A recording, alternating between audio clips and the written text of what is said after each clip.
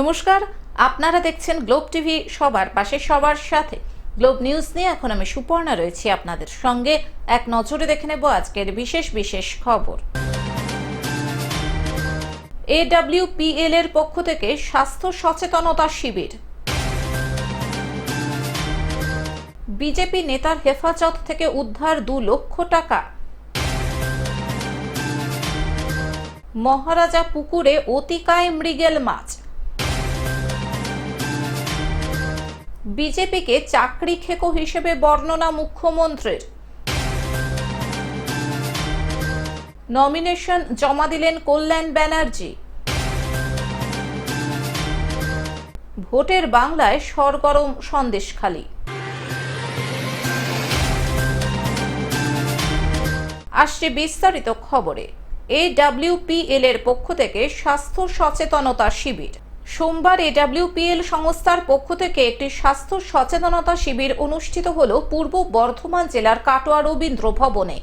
উপস্থিত ছিলেন স্বাস্থ্য বিষয়ক বিশেষজ্ঞ শ্যামল চক্রবর্তী, AWPL সংস্থার কাটোয়া ইউনিটের অন্যতম সদস্য তারক দাস সহ অন্যান্যরা। একদম আমরা একটা প্রোগ্রাম করছি হেলথ অ্যাওয়ারনেসের উপর, যে অ্যাওয়ারনেস কাটোয়াবাসী সহ আমাদের নদিয়া, মুর্শিদাবাদ এবং অনেক স্টেট থেকে, অনেক রাজ্য থেকে অনেক লোক এসছে এই প্রোগ্রামে। এবং এই প্রোগ্রামের উদ্দেশ্য হচ্ছে AWPL এর সংস্থার মাধ্যম দিয়ে মানুষকে সচেতন করে তোলা এবং কীভাবে তার ইনকামকে বাড়িয়ে তুলবে, একটা কেরিয়ার পাবে, সেই বিষয়ের উপর আলোচনা চলছে।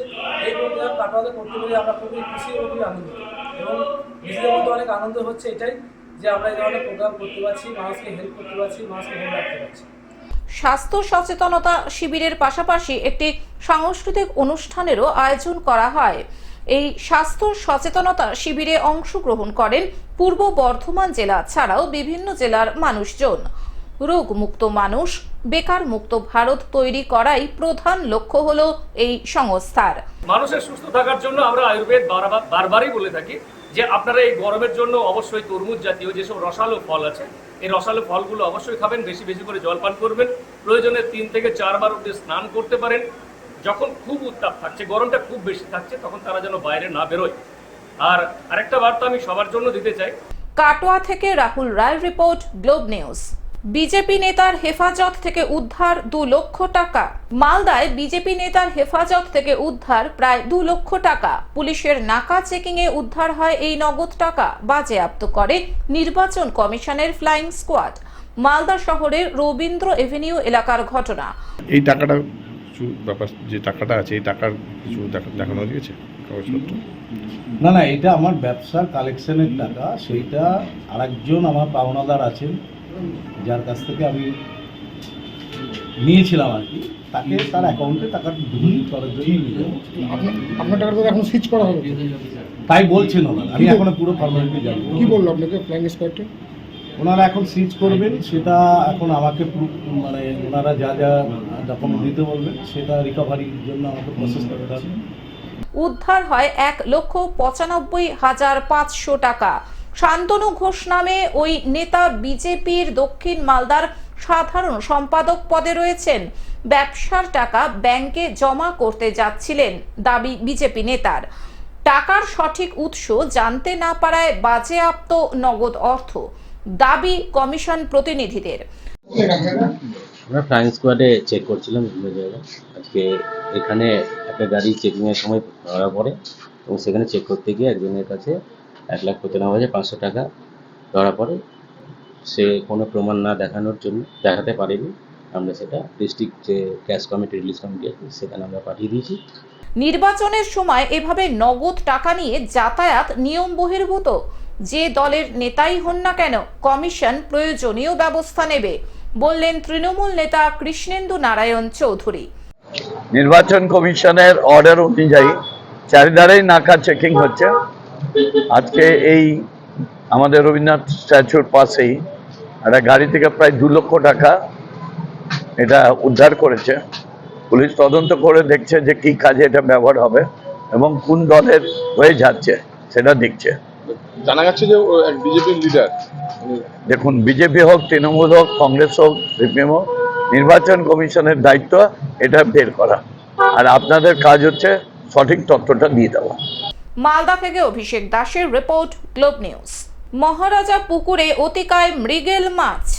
জলপাইগুড়ির রাজগঞ্জ সংলগ্ন মহারাজা পুকুরে ভেসে ওঠে একটি অতিকায় মৃত মৃগেল মাছ, যা চোখে পড়া মাত্রই ভিড় জমে যায়। দূর দূরান্তের মানুষ আসছেন অবাক করা এই দৃশ্য দেখতে। স্থানীয়রা জানিয়েছেন মাছটির ওজন কমপক্ষে 35 কেজি। পাশাপাশি মহারাজা পুকুর এলাকাবাসীর কাছে পবিত্র পুকুর হিসেবেই পরিচিত। আর 5টা পুকুরের মতো সেখানে শৌচকর্ম, জামা কাপড় ধোয়া, বাসন মাজা করেন না তারা, বরং এই পুকুরকে একেবারে পবিত্র হিসেবে মেনেই সর্বস্তরের মানুষই প্রণাম করেন। এই কারণেই নাকি পুকুরের মৃত মাছটিকে ভগবান মেনে পুজো করেছেন। এমনকি মাছটিকে নাকি পুকুর পাড়েই সমাধিস্থ করা হয় সব নিয়ম রীতি মেনে। ওই পবিত্র পুকুরে মাছটির মৃত্যু হলো কি করে? এই বিষয়ে স্থানীয়রা জানান, সম্ভবত বয়সের কারণেই অতিকায় মাছটির মৃত্যু হয়েছে। যদিও ভদ্রেশ্বর এলাকার বাসিন্দা আক্তার মোহাম্মদ জানান, জাতি ভেদে সর্বস্তরের মানুষই পুকুরটিকে পবিত্র হিসেবেই মানে, তবে মাছটির কিভাবে মৃত্যু হয়েছে তা তিনি জানেন না। পরিবেশ প্রেমী তাপস রায় জানান, এই পুকুরটি রাজগঞ্জের একটি ঐতিহ্যবাহী পুকুর।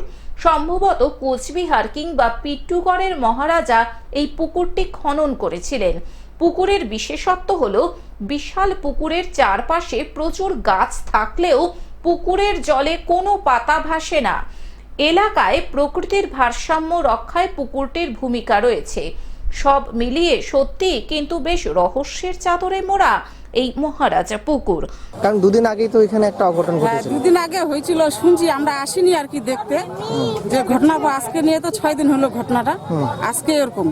তো আজকে সবাই শুনলো, শোনার পরে সবাই মাছটাকে কি করবে বলে শুনতে পারলেন?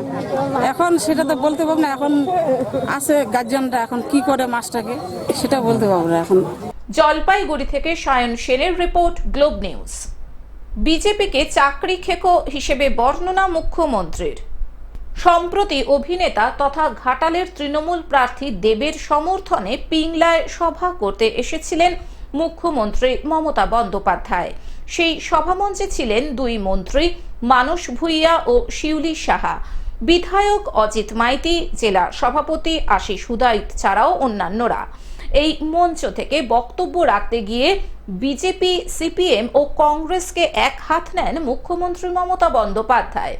সম্প্রতি প্যানেলে 26,000 শিক্ষকের চাকরি যাওয়া নিয়ে তিনি কটাক্ষ করেন। এছাড়াও তিনি বলেন, লক্ষ্মীর ভাণ্ডারে টাকা আমরা দিয়ে আসছি আর সারা জীবন সেই টাকা দিয়েও যাব। তাজপুরে গভীর বন্দর হচ্ছে, 25,000 ছেলে মেয়ের চাকরি হবে। খড়গপুরে বিদ্যাসাগর পার্কে অনেক চাকরি হচ্ছে, অনেক চাকরি আগামী দিনও হবে। অনেক ক্লাস্টার তৈরি হয়েছে, গ্রামে গ্রামে আগামী দিন আরো হবে।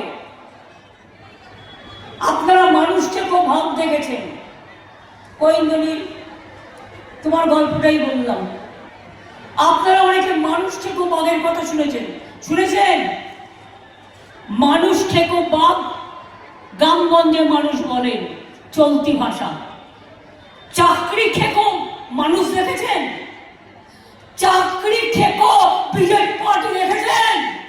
চাকরি খেকো সিপিএম পার্টি দেখেছেন? চাকরি খেকো রামবাম সাম দেখেছেন?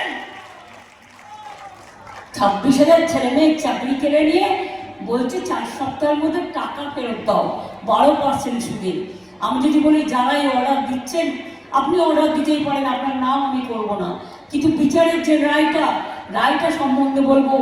তার যদি আজকে সারা জীবনের সব কিছু চলে যায় আর তাকে যদি বলা হয় আপনি আপনার চাকরির সব টাকা ফেরত দিন, আপনি নিজে ফেরত দিতে পারবেন তো? পারবেন? যখন ইচ্ছা হলো সবার চাকরি খেয়ে নেওয়া। পশ্চিম মেদিনীপুর থেকে কল্যাণ মণ্ডলের রিপোর্ট, গ্লোব নিউজ। নমিনেশন জমা দিলেন কল্যাণ ব্যানার্জি। হুগলির শ্রীরামপুর লোকসভা কেন্দ্রের তৃণমূল কংগ্রেস প্রার্থী কল্যাণ ব্যানার্জি চুঁচুড়ায় নমিনেশন জমা দিলেন। আমি ভাবি অভিজিৎ গাঙ্গুলি বিচারপতি হয়েছিলেন কিভাবে, যার ন্যূনতম সৌজন্যতা, শালীনতা বোধ নেই, সেরকম একটা মানুষ বিচারপতির আসনে ছিলেন। এটা লজ্জার বিষয় এবং বিচারপতির আসনটিকে উনি কলঙ্কিত করে গেছেন। এবং বিজেপির টিকিট পাবো, বিজেপির থেকে টিকিট পেয়ে সাংসদ হব, এই ঘুষ নিয়েই বিজেপির মতো করে তিনি বিচারপতির আসনে বসে রায় দিয়েছেন, এর থেকে বড় দুর্নীতি আর হয় না।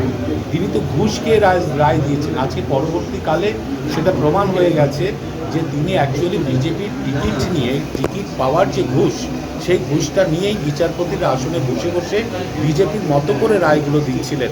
ওনার তো অ্যাকচুয়ালি ওনার জেল হয়ে যাওয়া উচিত। সাথে ছিলেন মন্ত্রী বিধায়ক স্নেহাশিস চক্রবর্তী ও বিধায়ক অরিন্দম গুইন সহ অন্যান্য বিশিষ্ট ব্যক্তিবর্গ। সংগঠন আছে আমাদের, সবাই আমাদের বিধায়করা কাজ করে, ভালো কাজ করে, সবাই আমাদের পার্টি কাজ করে। সর্বোপরি মমতা বন্দ্যোপাধ্যায় গোটা পশ্চিমবাংলায় যা করেছে, এবারে আমি একটা জিনিস আমার যেটা মনে হচ্ছে, let me tell you very frankly, 2009-এ মমতা বন্দ্যোপাধ্যায়ের যে ক্রেজ ছিল, সেই ক্রেজ আবার 2024-এ কিন্তু ফিরে এসেছে। মানুষ মমতা বন্দ্যোপাধ্যায়ের সম্বন্ধে পাবে। এই চাকরি যাওয়াটা ফ্যাক্টর হবে? কিছুই না, ওগুলো তোমাদের কাছে ফ্যাক্টর, আমাদের কাছে না। হুগলি থেকে কৌশিক ঘোষের রিপোর্ট, গ্লোব নিউজ। ভোটের বাংলায় সরগরম সন্দেশখালী ইস্যুতে আগেই উত্তাল হয়েছিল রাজ্য রাজনীতি, যার রেশ এখনো কাটেনি। এমন আবহে আবারও সেখানে যায় সিবিআই। তৃণমূল নেতার আত্মীয়ের বাড়িতে গিয়ে পৌঁছান কেন্দ্রীয় আধিকারিকেরা। কেন্দ্রীয় বাহিনী দিয়ে বাড়ি ঘিরে চলে তল্লাশি। বসিরহাটের সন্দেশখালী 1 নম্বর ব্লকের সরবেরিয়া আগারহাটি গ্রাম পঞ্চায়েতের তৃণমূল পঞ্চায়েত সদস্য হাফিজুল খাঁর আত্মীয় আবু তালেব মোল্লার বাড়ি সিবিআই র্যাডারে। সিবিআই এর 10 সদস্যের প্রতিনিধি দল গিয়ে পৌঁছায় সন্দেশখালীতে। সঙ্গে ছিলেন কেন্দ্রীয় আধাসামরিক বাহিনীর আধিকারিকেরা। গোপন সূত্রে খবর পেয়ে সিবিআই আধিকারিকেরা তৃণমূল নেতার আত্মীয়ের বাড়িতে পৌঁছান। জানা যাচ্ছে, গোয়েন্দাদের কাছে খবর ছিল তৃণমূল নেতার ওই আত্মীয়ের বাড়িতে প্রচুর আগ্নেয়াস্ত্র ও বোমা মজুদ রয়েছে। এরপরই অভিযানে পৌঁছান গোয়েন্দারা। শুধু তাই নয়, ওই ব্যক্তির বাড়ি থেকে 500 মিটার দূরের একটি বাড়িতেও তল্লাশি চালান গোয়েন্দারা। শুধুমাত্র সস্তায় বাজিমাত করার জন্য এই রাজনীতি করা হচ্ছে, এই প্রপাগান্ডা ছড়ানো হচ্ছে। এর জন্য যদি আমাদের কেউ দোষী থাকে, তার জন্য বিচার বিভাগীয় তদন্তর মাধ্যমে যদি কেউ প্রমাণিত হয়, আমরা রায় মাথা পেতে নেব। এর সঙ্গে তৃণমূল কংগ্রেসের কেউ কোনোভাবেই জড়িত নয়। এদিন গোয়েন্দারা বেশ কিছু স্ক্যানার নিয়ে এনেছেন অত্যাধুনিক যন্ত্রপাতিও। গোটা এলাকা ঘিরে ফেলে কেন্দ্রীয় বাহিনীর জওয়ানরা। বেলা গড়াতেই শেখ শাহজাহান গড় অর্থাৎ সন্দেশখালী থেকে উদ্ধার হয় বিদেশি আগ্নেয়াস্ত্র, পিস্তল। মেঝে ঘুরেই আগ্নেয়াস্ত্র উদ্ধার হয়। ঘটনাস্থলে ছিলেন সিবিআই আধিকারিকেরা। পরে এলাকায় পৌঁছায় এনএসজি টিম। অস্ত্র উদ্ধারের পর সেখানে গিয়েছেন এনএসজি কমান্ডোরা। শুধু বেশি আগ্নেয়াস্ত্র না, একেবারে বিদেশি গুণমানের আগ্নেয়াস্ত্র গেল কি করে? আর সে একেবারে মাটির তলায় পুঁতে রেখেছে। শেখ শাহজাহানের ঘনিষ্ঠের বাড়ি থেকে পাওয়া গেল কি করে সম্ভব এটা? মমতা ব্যানার্জির মতন একজন এত ভালো পাহারাদার থাকা সত্ত্বেও। বসিরহাট থেকে Souma ভূমণ্ডলের report, globe news.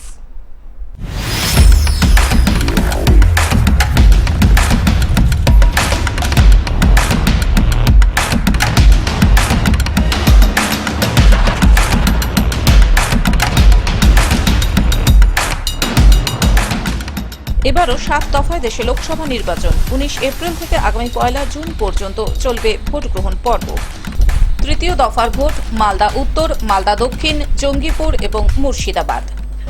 Malda উত্তরে তৃণমূল কংগ্রেস প্রার্থী প্রসূন ব্যানার্জি, বিজেপি প্রার্থী খগেন মুর্মু এবং কংগ্রেস প্রার্থী মোস্তাক আলম। মালদা দক্ষিণে তৃণমূল কংগ্রেস প্রার্থী শাহনাজ আলী রায়হান, বিজেপি প্রার্থী শ্রীরূপা মিত্র চৌধুরী এবং কংগ্রেস প্রার্থী ঈশা খান চৌধুরী। জঙ্গিপুরে তৃণমূল কংগ্রেস প্রার্থী খলিলুর রহমান, বিজেপি প্রার্থী ধনঞ্জয় ঘোষ এবং কংগ্রেস প্রার্থী মোহাম্মদ মুর্তজা হোসেন। মুর্শিদাবাদে তৃণমূল কংগ্রেস প্রার্থী আবু তাহের খান, বিজেপি প্রার্থী গৌরীশঙ্কর ঘোষ এবং সিপিআইএম প্রার্থী মোহাম্মদ সেলিম। এখন থেকে গ্লোব টিভি দেখুন আপনার স্মার্টফোনেও। গুগল প্লে স্টোর অথবা অ্যাপল স্টোর থেকে ডাউনলোড করুন গ্লোব টিভি লাইভ অ্যাপ এবং জিও টিভি অ্যাপ। এছাড়াও জিও ফাইবারেও গ্লোব টিভি দেখুন 1457 নম্বরে। আজকের মতন গ্লোব নিউজ এখন এই পর্যন্তই। দেখতে থাকুন গ্লোব টিভি, সবার পাশে সবার সাথে। নমস্কার।